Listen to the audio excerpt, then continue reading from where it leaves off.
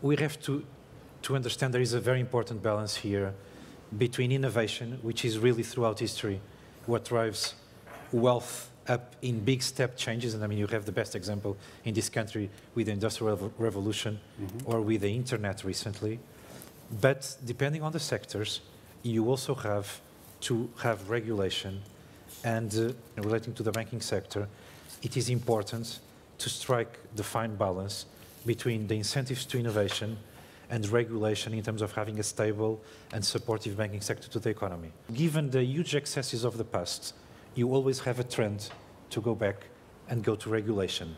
And as Dr. Cable also said, it is very important to draw the line well, because this is a very difficult situation in the sense that banks require more capital, and therefore if they require more capital, that hinders credit lending.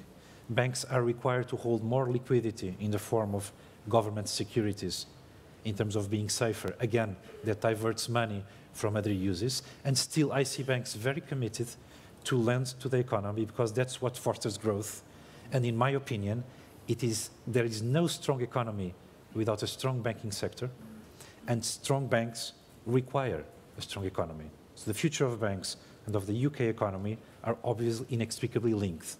And Lloyds, being the largest retail and commercial bank, has a very special responsibility in that. Regulation can be a significant barrier to growth, and it is really important that we remove barriers to growth wherever we can. A big part of the growth review, which you mentioned earlier, was setting in train a process, starting a process of trying to row back the tide of regulation so that we're creating again real opportunities for entrepreneurs so that they don't feel overwhelmed when they want to take on their first member of staff, for example. People don't set out to say, I'm going to innovate tomorrow. They set out to solve a problem. So clearly, there have to be incentives and rewards that encourage people to take these risks to solve these problems.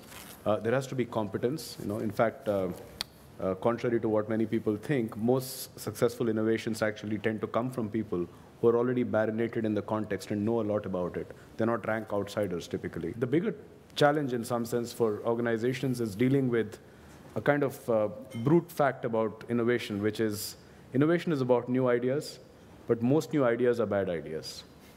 Right? So the challenge really is about how do you cope with the high failure rates that are intrinsic to any attempt to innovate. How do you create a structure which allows you to continue milking what you're currently doing very successfully while creating the space for what we call exploration and failure? And the kind of solutions we've seen range from literally blocking out a certain part of the organization and saying we'll deal with this part of the organization very differently.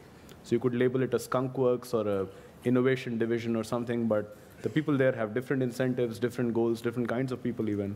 Another approach is to cycle back and forth. So you might see entire organizations shift from periods in which they're really pursuing novel ideas with potentially high failure rates to kind of hunkering down and saying we're going to extract maximum value from the ideas we have. But there are other ways to deal with it. Large companies are good at doing some things. That doesn't include necessarily radical innovation. Okay, so what we do is we sit back and wait for the winners to emerge, and then we go out and work with them, either acquire them or partner them. That could lead to a completely different organizational strategy in terms of innovation. So I think you see both kinds of solutions in the field. Okay. Yeah, I think that's a really interesting idea. I think big companies sticking to what they're good at and not trying to sort of necessarily get a hold of what smaller companies are good at is potentially a way forward. There's no accident why a lot of management thinking at the moment does say that small is beautiful, that actually the sort of the entrepreneurial environment is a way to actually seed a lot of great ideas, and I think companies need to think about how they interact with that. Our small country is a completely changing world, and the thing about change for small businesses and entrepreneurs alike is that change brings opportunity. And I think that the understanding of what those opportunities really are the things that are going to get more and more small businesses investigating it. We now have an economy where you're either local or international. There's not really a national economy anymore.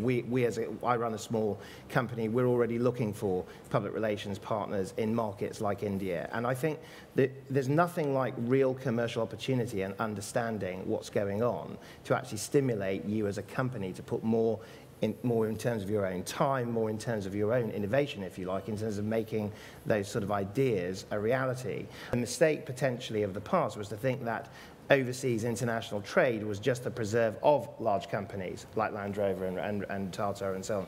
I actually think that the collaboration at the next level is what's really interesting, because if we are looking for the next Google or the next Microsoft or whatever it may be, and will it come out of these different countries, then actually looking at companies at that level is a really important thing. And I think that a lot of, with an international trading nation like the UK has historically been, I think there's a great deal of opportunity for smaller businesses to start looking at that sort of thing much more aggressively.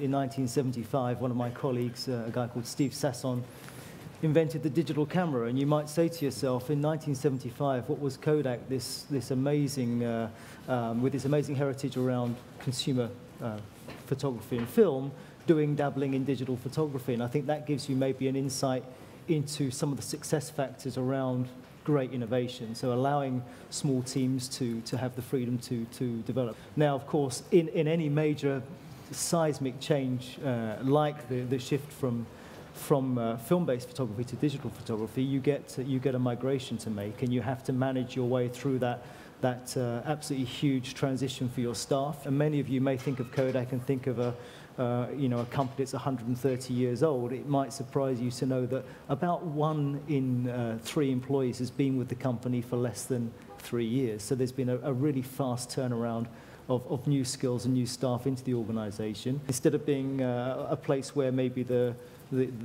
key asset, the key people coming into the company were PhD chemists, it's something very different. Instead of being a company where that core research may be done in Rochester, New York, suddenly you start to have an innovation center in Singapore or in San Diego or somewhere else in Europe. And of course, the balance and the skill is to make sure that your existing technologies pay the bills whilst you transform yourself into something very new.